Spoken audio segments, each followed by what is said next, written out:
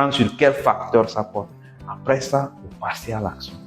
Ne durez pas trop sur la remise en question. Vous risquez de vous déprimer, vous risquez de croire que vous ne valez rien. Ceux qui sont en doctorat, ceux qui sont en master, ils doivent savoir de quoi je parle. Nous tous, nous vivons ça. Des fois même, c'est ton superviseur que tu vas aller voir et puis il va te faire croire comme si c'est rien. C'est comme ce que tu as fait, non, il n'y a rien de nouveau là-dedans.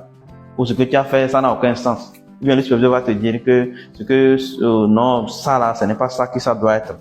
Ça doit être autre chose. Alors que dans la recherche, on ne peut pas savoir d'avance exactement ce qu'on peut obtenir. On peut juste y émettre des hypothèses, on ne peut pas savoir ce qu'on obtient.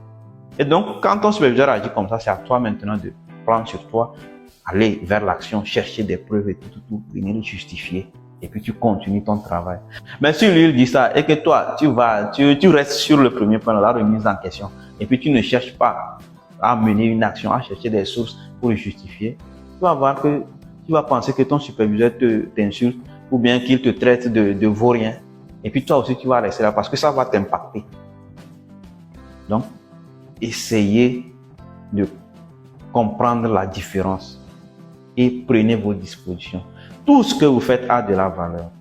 Il faut savoir juste s'expliquer. Il faut savoir quand est-ce que je dois faire ceci, pour quelle période, pour quel moment, et quand est-ce que je passe à ceci. C'est comme ça. Vous n'allez pas finir votre sujet seul, non. Ce n'est pas possible. Quelqu'un d'autre va travailler. C'est pour ça que dans les thèses et tout, vous allez voir qu'il y a les perspectives. On y met toujours des perspectives parce qu'on sait que les gens vont continuer. Et c'est comme ça que ça se passe. C'est pour ça que lorsque vous avez une remise en question, vous devez vous donner un temps. Et maintenant, après, vous allez spécifier les limites de votre travail dans votre mémoire ou bien dans votre thèse pour que quelqu'un d'autre aussi puisse explorer. Et c'est comme ça. Mais vous n'allez pas aller directement et puis dire que les autres vont explorer tout, non.